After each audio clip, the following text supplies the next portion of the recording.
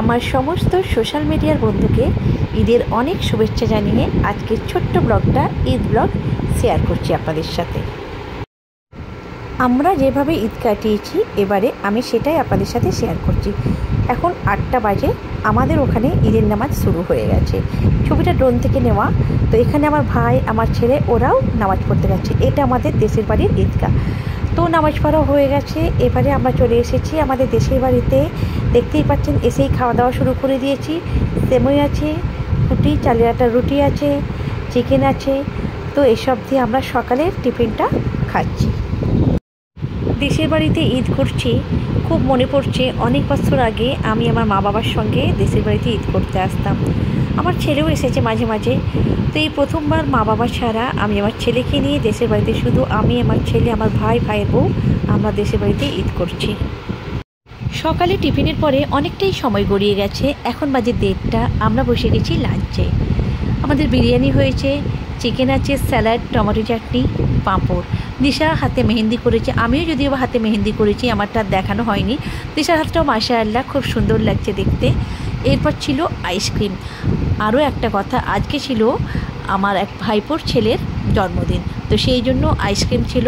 এরপর এগুলো আছে পায়েস, ওর হ্যাপি বার্থডে কেক। যেহেতু ওর বন্ধুবান্ধবরা কেউ এখনও আসেনি, তো সেই জন্য কেক কাটাও হয়নি, আর আমাদেরকে বেরোতে হবে। তো সেই জন্য আমরা কেক নিয়ে ওর সঙ্গে একটু ফটোশ্যুট করে নিচ্ছি, ভিডিও শ্যুট করে নিচ্ছি, এই আর কি। তো আমরা বেরিয়ে পড়েছি দেশের বাড়ি থেকে। আজকে আমরা কেউ বাড়ি ফিরছি না, আমরা যাব পাঁশকুড়া। আমরা বলতে আমি আর আমার ছেলে যাব পাঁশকুড়া। নিশা অবশ্য যাবে ওর বাবার বাড়ি। যতবারই কোলেঘাটের ব্রিজের উপর দিয়ে গেছি ততবারই আমি এই জায়গাটার ভিডিও শ্যুট করেছি, ফটো নিয়েছি, আমার ভীষণ ভালো লাগে। আমরা চলে এসেছি পাঁশকুড়া। পাঁশকুড়াতে বাস স্ট্যান্ডের উপরেই এই চেপসি আছে। তো আমার ছেলে দেখেই বলল, চলো এই চেপসিতে ঢুকি। তো অগত্যা আমি ছেলেকে নিয়ে পাঁশকুড়া এই চেপসিতে ঢুকেছি। ছেলের জন্য নিয়েছি এই যে বার্গার নিয়েছি, ফ্রেঞ্চ ফ্রাই নিয়েছি। অনেক বারণ করা সত্ত্বেও আমার ছেলে শুনলো না, একটা ছোট্ট কোল্ড ড্রিঙ্কস নিয়েছে। ইচ্ছে ছিল পাঁশকুড়া বিদ্যাসাগর পার্কে যাওয়ার, কিন্তু আজকে সন্ধে হয়ে গেছে, আজ আর যাওয়া হলো না। তো আজকে আমরা যাচ্ছি, মানে ঈদের পরের দিনে যাচ্ছি পাঁশকুড়া বিদ্যাসাগর পার্কে। এখানে আমার মাসির বাড়ি, মামা বাড়ি দুটোই বলা চলে, তো আমি ওখানে আছি।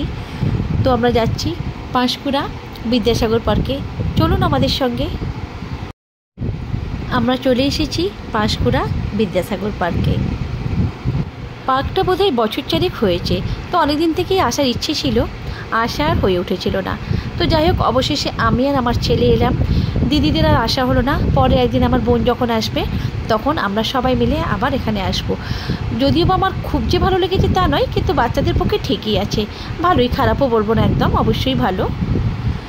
তো যেখানেই যাই সেখানেই তো খাবার এক একটা স্টল আছে, আর ওই যে সঙ্গে তো ছেলে আছে, বুঝতেই পারছেন। এখানেও আমার ছেলে বার্গার নিল, কোল্ড ড্রিঙ্কস নিয়েছে, আর আমি আর আমার মাসি আমরা নিয়েছি 2টো কফি। কফি ছাড়া আর কী বা খাবো বলুন, বার্গার টার্গারের যা দাম, তারপর খেতেও অতটা ইচ্ছে করলো না। আর আমার মাসির ছেলেরা এলো না, তো ওদের জন্য একটু পার্সেল করে নিয়ে নিয়েছি বার্গার। তবে আজকে ভিড় ছিল চোখে পড়ার মতো, খুবই ভিড় ছিল। তো এই পার্কের যেটা সবথেকে আকর্ষণীয় এবং আমার কাছে যেটা সবথেকে ভালো লেগেছে সেটা হলো এই সুন্দর ছোট্ট লেকটা।